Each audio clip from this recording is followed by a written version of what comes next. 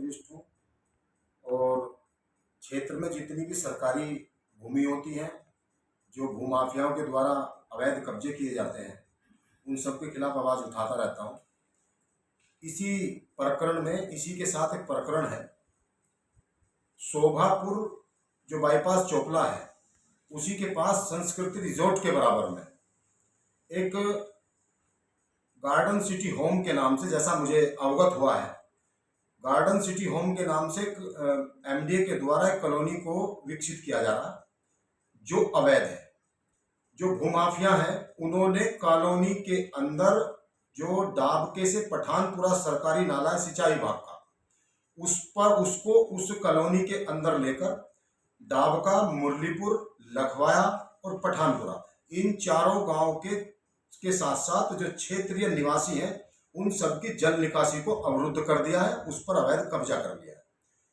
हमारे द्वारा सिंचाई विभाग के मुख्य अभियंता, लखनऊ मुख्य सचिव, प्रमुख सचिव माननीय मुख्यमंत्री, सिंचाई विभाग के अधीक्षण अभियंता गंगा नहर मेरठ, अधिशासी अभियंता गंगा नहर मेरठ और अन्य सिंचाई विभाग के जितने भी संबंधित अधिकारी हैं, उन सबको लिखित में शिकायत की गई है। शिकायत में ये पाया है, जो जन सुनवाई में हमने डाला है उस पर मुख्यमंत्री पोर्टल पर, उस पर सिंचाई विभाग ने यह मान लिया है कि हाँ अवैध कब्जे हैं। और इसी के साथ साथ सिंचाई विभाग की 8 बीघे जमीन भी, जो कम से कम भी करोड़ों की जमीन है, उस पर बहुत दिनों से कब्जा कर रखा है। क्या सिंचाई विभाग बिल्कुल आंख मूंद कर बैठ गया है? माननीय मुख्यमंत्री जी के स्पष्ट आदेश हैं कि किसी भी सरकारी नाले, किसी भी सरकारी नाली, सरकारी चक्रोर और सरकारी भूमि पर अवैध कब्जे नहीं होंगे।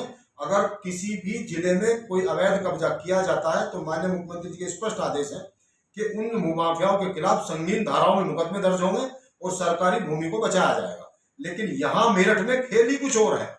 यहाँ खुद हमारे कुछ पूर्व विधायक और मंत्री जो उनको पुलिया डलवाने में, अवैध पुलिया डलवाने में उनको शय दे रहे हैं। और आप इस बात का कमाल देखिए कि सिंचाई विभाग के एसडीओ से बात करते हैं तो पल्ला झाड़ लेते हैं, सिंचाई विभाग के जेई से बात करते हैं तो पल्ला झाड़ लेते हैं। एक्शन कह रहे हैं कि इस बारे में मुझे कोई जानकारी नहीं है। आखिर किस दबाव में सिंचाई विभाग ये सब कार्य करा रहा, जो अपनी 8 बीघे जमीन पर से कब्जा नहीं हटा पा रहा? हमारी इतनी शिकायतों के बाद सिंचाई विभाग का कोई भी अधिकारी वहां मौके पर नहीं पहुंच रहा है, ना ही कोई कार्रवाई अमल में लाई जा रही है। माननीय जिलाधिकारी महोदय मेरठ के द्वारा एक टीम गठित कर दी गई है, फोर्स की डिमांड कर दी गई है।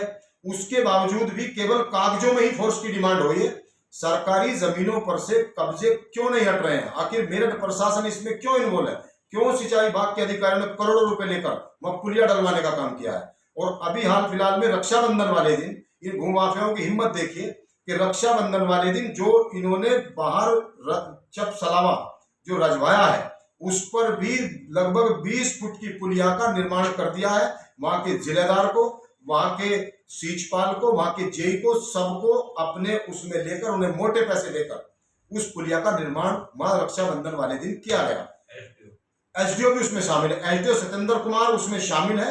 और एसडीओ सत्येंद्र कुमार से हमने बार बार कहा है कि आप इसमें कार्रवाई कीजिए, तो उन्होंने मुझसे आज दिनांक 22 तारीख को मेरी जब उन पर फोन पे वार्ता हुई एसडीओ सत्येंद्र कुमार से, तो उन्होंने फोन पर हमें धमकी देने की कोशिश की और हमें यहां तक कह दिया कि मैं इस बारे में कोई कार्रवाई नहीं कर सकता। तो इससे प्रतीत होता है कि सिंचाई विभाग के अधिकारी इसमें इन्वॉल्व है।